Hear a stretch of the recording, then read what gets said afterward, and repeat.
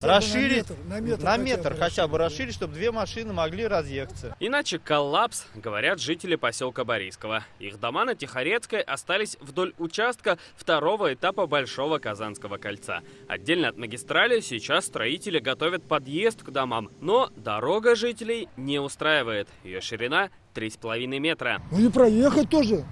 Ну как, 3,5 метра одна машина? Ну я понимаю, одна едет, а навстречу поедет. Куда ехать?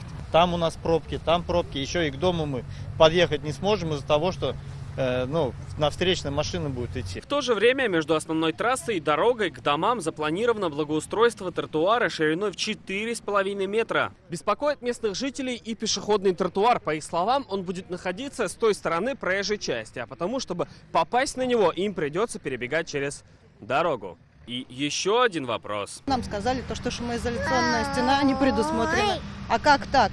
Это шум, это пыль. Генподрядчик заверяет, шумоизоляционные стены вдоль домов будут установлены и объясняет такую ширину дороги тем, что она лишь для местных жителей. Данный местный проезд предусмотрен для движения только жителей, которые проживают именно вдоль этой трассы.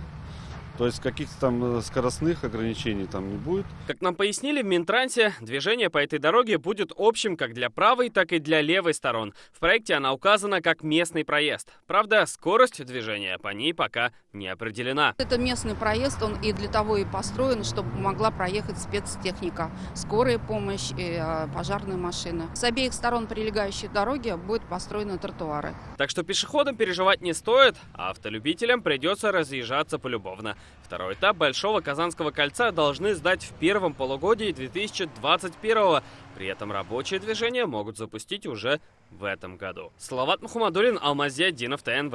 Казань.